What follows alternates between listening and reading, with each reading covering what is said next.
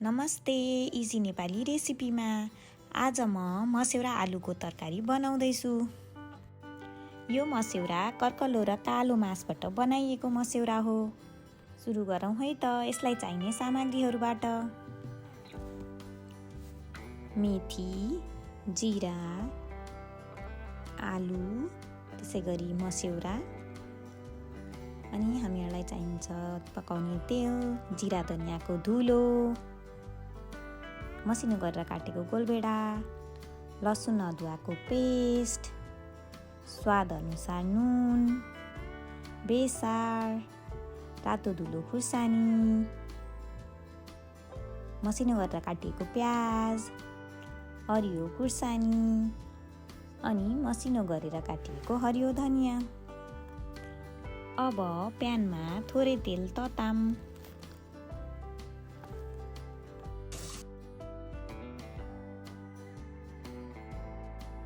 तेल तातेपछि मस्यौरालाई एकैछिन भुट्नुपर्छ। मस्यौरालाई लो हिटमा भुट्नुपर्छ। हाई हिटमा भुट्दा छिट्टै नै डढ्न सक्ने भएकोले हामी लो हिटमा भुट्दैछौँ। मस्यौरा हल्का रातो भएपछि यसलाई एउटा भाँडोमा निकालौँ।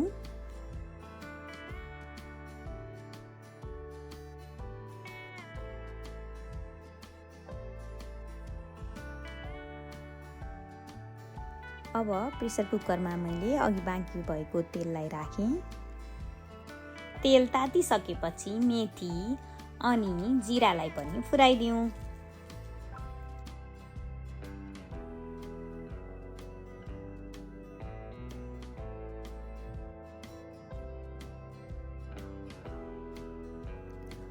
अब म प्याज राखेर भुट्दैछु। प्याजलाई हल्का रातो हुन दिनुपर्छ।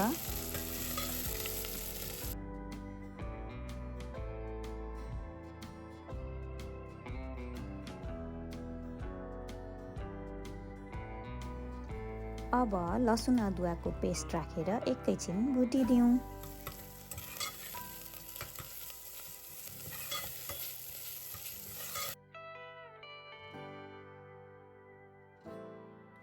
त्यसपछि मैले आलु राख्दैछु। अब आलु राखेपछि आलुलाई पनि एकैछिन भुटौँ।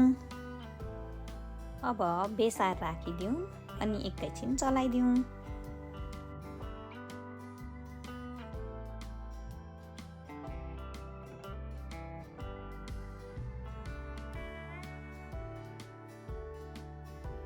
अब स्वाद अनुसार नुन राखेर एकैछिन भुटिदिउँ।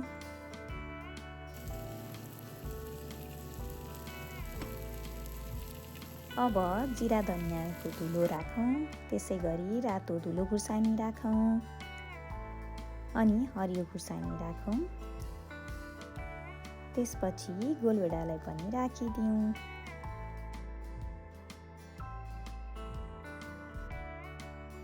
अब अघि भुटेर राखेको मस्यौरालाई राखौँ अनि एकैछिन ढाकिदिउँ।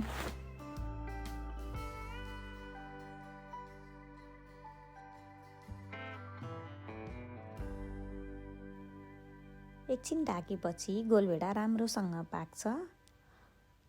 गोलभेडा पाकिसकेको छ। अब हामी यसमा पानी राख्दैछौँ।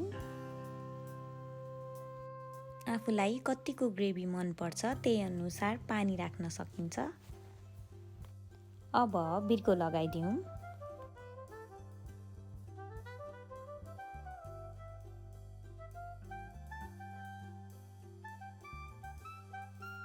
एक या दुई सिटी लगाएर यसलाई पकाउन सकिन्छ।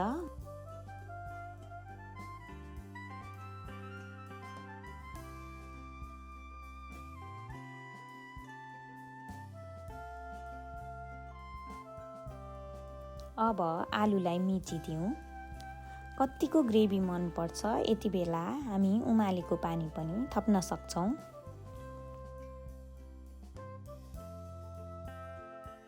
अब हरियो धनियाँ राखेर चलाइदिउँ। मस्यौरा आलुको तरकारी तयार भयो। हाम्रो मस्यौरा आलुको तरकारी एकदम मिठो देखिएको छ।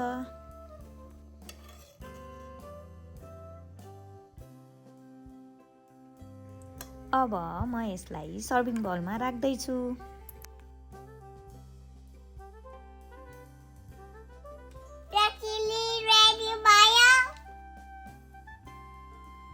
मैले चाहिँ मसेरा आलुको तरकारी खानासँग खाँदैछु। हजुरहरू पनि बनाएर खानुहोस् है त। हाम्रो च्यानल इजी नेपाली रेसिपीलाई सब्स्क्राइब गर्न नभुल्नुहोला। हजुरहरूलाई धेरै धेरै धन्यवाद।